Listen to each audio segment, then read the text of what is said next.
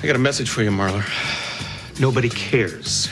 Nobody cares if it's here, or if it's there, or if it's here, or if it explodes. This will work. I can make it work. Get it before I lose the lot. There's another one. Got it. Oh, you're a good man, counselor. Nice to see you. Correct me if I'm wrong, but you did move out, didn't you? You wound me. Yes, I live at the Spaulding Mansion now. I just thought I'd surprise you. What do you mean? I went shopping, Ross, for you. This is for me? You seem to lack some necessities chez vous. Foie gras, white truffles, black truffles, carpaccio, figs, stuffed with mascarpone. Okay, the figs were my one frivolous purchase. The rest of it is basic pantry. One should consider them household staples. Oh, of course. You're not on some kind of diet, are you? No, of course not. Actually, this looks and smells wonderful. Would you get that? Unload. Mr. Seymour. Well, this must be our lucky day. I thought I'd have to ask Mr. Marler for your new address. Well, is there a problem? Yes, your security check bounced. You promised me it wouldn't. I don't even live here anymore. You should give me the money back. It was a non-refundable deposit. I want the money. Unless you want me to add it on to Mr. Marler's rent bill for next month. There's no need to do that. India, could you... Oh, Mr. Seymour, can I help you with something? No, it has something to do with me. Mr. Seymour owes me a little money. Ross, I forgot. There's one more bag in my car. It's got sorbet in it. Would you be a doll and go get it while I iron things out with Mr. Seymour? Yes, of course. Can't live without sorbet. I guess you don't want Mr. Marler to know. There is nothing for him to know. Let's not play games. Your finances are in the toilet. How indelicately put, and how altogether incorrect. If my check bounced, it is simply a bank error, which I will have taken care of. I will call them first thing in the morning and give them a piece of my mind. Spare me the bogus outrage. I've been through this dozens of times with deadbeats like you. I beg your pardon, deadbeat? I checked out all your references, ran a financial check, and you are flat broke. Flat.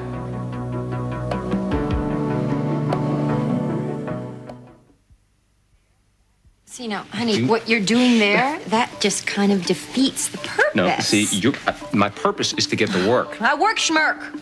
Work schmirk? It's the best you can come up with? No, I could come up with something a lot better if you'd let me show you. Okay, now that's it. Stop. Look, I would love to get back into bed with you, and I would like to stay there all day. I'd like to stay there all week for... That's cute. Did you wait till I get home? I won't be gone that long. I have to do this. There are certain practicalities of life that have to be dealt with. But why? Because there are. This isn't just about us. It's other people are involved here. You know what I'm dealing with at work right now? Got my Aunt Alex pulling one way. I got my father pulling another. If I'm not there, God only knows what direction this company's going to get taken off into. I'm only half kidding, you know. There are people could get laid off, lose You wouldn't jobs. be trying to make me feel guilty now, would you? Honey, would I make you feel guilty about what?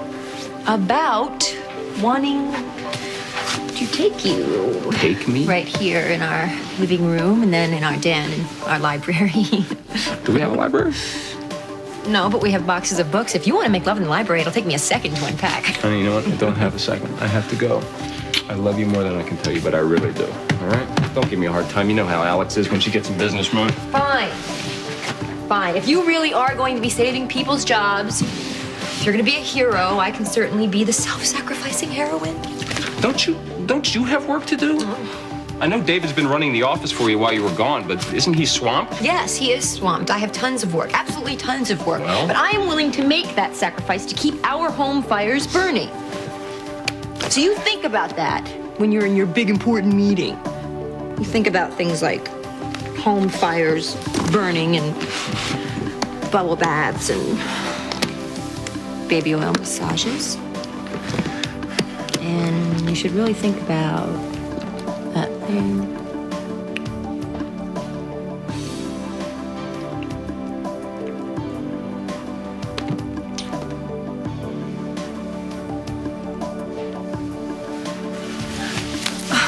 Philip, what are you doing? What about Aunt Alex? Who?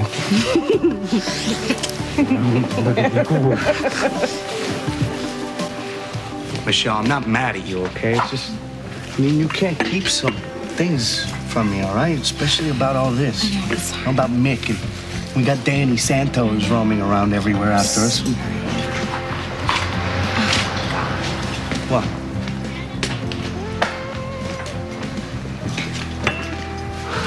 Why does he keep following me? Look, I'll take care of it. No, right? you know what? The first person that's gonna come after is you. Not if I go after him first. Wait. What? You're not leaving because of Jeffrey Morgan, are you? Nope. See, this is the part where the son asks the father again for the truth, and then you say, Oh, Frank.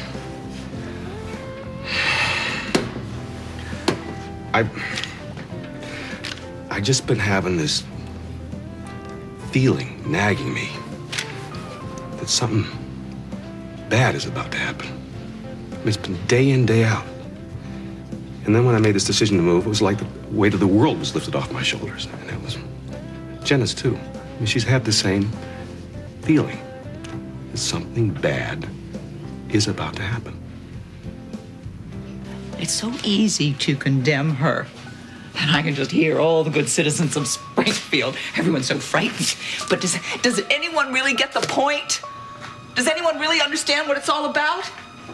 Do you hear what I'm saying? Absolutely, yes, I do. Well, what is the point, Jenna? What is the point? I'm not sure. Well, it's not those women? Those women who get warnings, who get these innocuous little notes. It's not them. No. What's it about then? What is it about? It's about the children. It's about all the innocent, defenseless children who need so much. And when women have children, they have to be ready to give them everything. And if they can't do it, then somebody has to step in and take action. Holly, you're right. You're right. I just never saw that before. Well, you should have seen it. You should have seen it coming from a long way off because it was there and it was obvious. Yes, I clearly had too much going on. Yes, and so someone had to teach you the lesson that all mothers need to learn, and that is that the children come first. Yes. Oh, yes, they do. Yes. And so many women, they have their priorities all twisted around. It's job and career and husband and lover, and it all gets put before the children. But then something can happen, you know, and they can lose the children. Yes, I know. It shouldn't be allowed. You're right. Someone has to do something. You're right. You really are. You have a good handle on this. I would love to talk to you further about this and really hear your ideas on this because I think they're very good. But I just remembered that I have to call Buzz and make some arrangements. If you don't mind, I'll just call him right now. I just have to call and make some arrangements. That's all I have to do. I do mind, Jenna. I mind very much.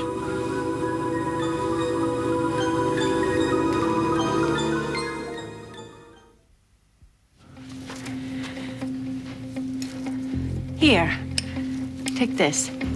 It's worth a great deal more than your security deposit.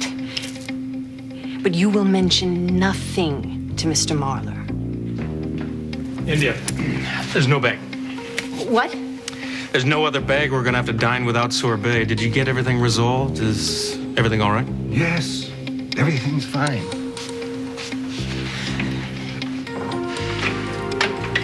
You all right? Yes. You look a little rattled. Hunger pangs. I am starving. Do you want to eat? Actually, I'm not all that hungry. But Ross, I bought all this food. All right, I'll eat. So what is happening with Dory? You haven't even mentioned her since you've been back. She's a brilliant student. She's a champion skier. She's very popular amongst the rest of the girls. I'm not even bragging yet. You light up when you talk about her. She's the best thing that ever happened to me. Well, she is a lucky young woman to be treated in such grand style. What better way to spend my fortune? Shall we? What is this? What?